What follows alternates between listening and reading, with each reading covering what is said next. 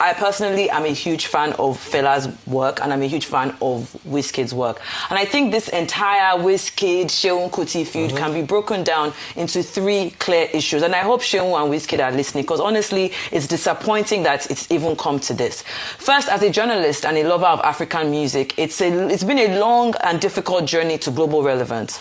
Like Ikena said, very deeply disappointed in both of them. What this exchange has done is open up the Fela legacy to unnecessary disrespect, when in fact it should be used as a platform for education and historical context. Now, Fela and Nicola Koputi's name should never be dragged into social media skirmishes or used as a rhetorical weapon in fan wars. If anything, his legacy deserves intellectual seriousness and not emotional defensiveness. There's no serious person alive that believes that Wizkid is greater than Fela in the historical sense, including Wizkid himself. Which brings me to the second point. This false comparison is intellectually lazy. Now, two things can be true at the same time without one cancelling out the other. Just like in football, Pele and Maradona were the greatest of their era, and Messi and Ronaldo are the greatest of theirs. Nobody sensible is arguing that Messi's greatness is going to erase Pele's legacy. They existed in various contexts,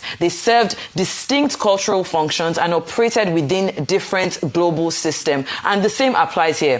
Fela and Wizkid are not competing in the same historical lane. If we look at Wizkid objectively, the numbers and the facts simply don't lie. He's one of the most commercially successful African artists of all time. He has multiple international hits, he has global collaborations, major awards, enormous streaming numbers, and a truly global fan base. He represents Afrobeats on the world stage in a way that no Nigerian pop artist ever has before. He is, by every measurable modern metric, a global superstar, a global pop star of his era. And more importantly, he has never denied Fela's influence on his life and his artistry. In fact, he has repeatedly acknowledged it. Even Femi Kuti, like Ikena rightfully said, has publicly spoken about Wizkid's respect for Fela's legacy. But then there's the crucial distinction people are refusing to make. Fela is not just a musician. He's a historical figure. He's the founder of Afrobeat as a genre.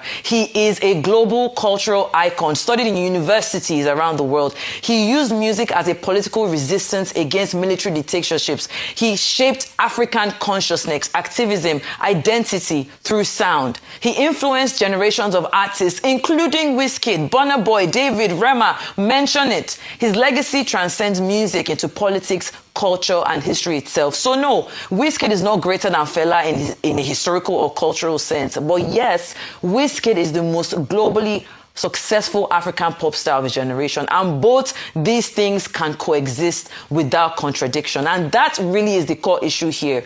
I saw somebody on Instagram that said you can't honor the past without suffocating. Rather, you can honor the past without suffocating the present. Protecting Fela's legacy does not require diminishing Wizkid's achievements. Celebrating Wizkid's success does not require rewriting or disrespecting Fela's historical importance. The problem isn't Wizkid or Fela. The problem is intellectual insecurity and emotional gatekeeping masquerading as cultural protection. This conversation should have been an opportunity to educate people on Fela's true historical weight, while also acknowledging how far African music has come. Instead, it's become a small, unserious feud that helps nobody and cheapens a legacy that deserves far more dignity than this. Seun Kuti, Wizkid, pipe down.